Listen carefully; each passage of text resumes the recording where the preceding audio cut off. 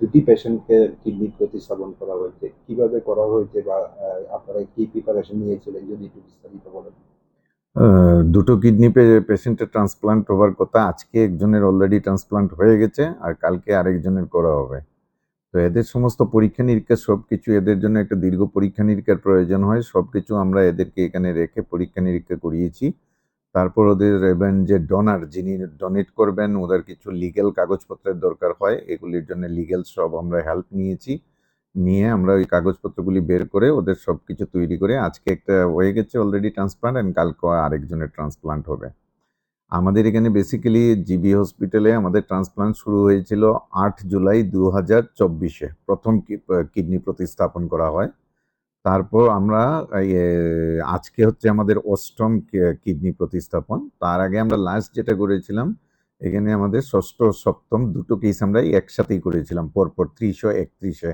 আমরা একই সাথে ২ টো কেস করেছি এবং এবারেও আমরা ২ টো করছি। আজকে একজন হয়ে গেছে এবং কালকে আরেকটা ট্রান্সপ্লান্ট হবে। এখন অবধি আমাদের কাছে যতটুকু খবর আছে, আজকে যে ট্রান্সপ্লান্টটা হয়েছে তাতে দাতা ও গ্রহীতা দুজনেই ভালো আছেন এখন অবধি। তবে তারা পর্যবেক্ষণে আছেন আইসিইউতে, যে সমস্ত কিডনি ট্রান্সপ্লান্ট বিশেষজ্ঞ যারা আছেন ওদের তত্ত্বাবধানে। এখন আমরা আশা করব কালকের কেসটাও ভালো হবে এবং আমাদের আরো ২ টো কেস সংযোজন হবে। তো টোটাল এই ২ টো হয়ে গেলে আমাদের টোটাল ৯ টি কেস হয়ে যাবে ট্রান্সপ্লান্ট। এখন অবধি আমাদের ৭ম যতগুলো মানে ৬০ টা কেস যেগুলি ট্রান্সপ্লান্ট হয়েছে, তাতে দাতা গ্রহীতা দুজনেই ভালো আছেন এবং কারোর কোনো ধরনের কোনো কমপ্লিকেশন বা কোনো ধরনের ট্রান্সপ্লান্ট পরবর্তী কোনো ধরনের কোনো সমস্যার সৃষ্টি হয়নি। এই টিমটাতে কটা ডিপার্টমেন্টের কোন ডিপার্টমেন্ট ছিল?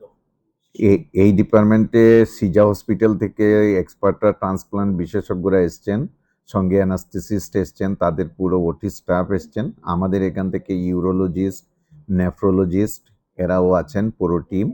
আমাদের উদ্দেশ্য হচ্ছে যে এই ট্রান্সপ্লান্টগুলি এখন আমরা সিজা হসপিটালের সাহায্য নিয়ে করছি, কিন্তু ধীরে ধীরে আমাদের যারা ইউরোলজিস্ট, নেফ্রোলজিস্টরা আছেন ওরা একবার ট্রেইনড হয়ে গেলে আমরা নিজেরাই এখানে শুরু করব। তখন আমাদের হয়তো বাইরে থেকে আর এক্সপার্ট এনে ট্রান্সপ্লান্ট করতে হবে না।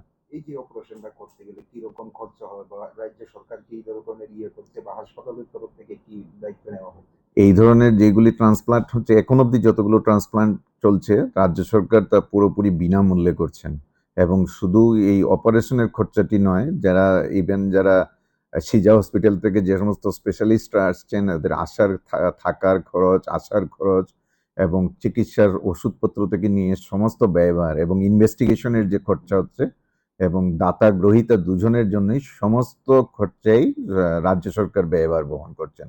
কাজে এটা সম্পূর্ণ বিনামূল্যে চিকিৎসা হচ্ছে ট্রান্সপ্লান্ট।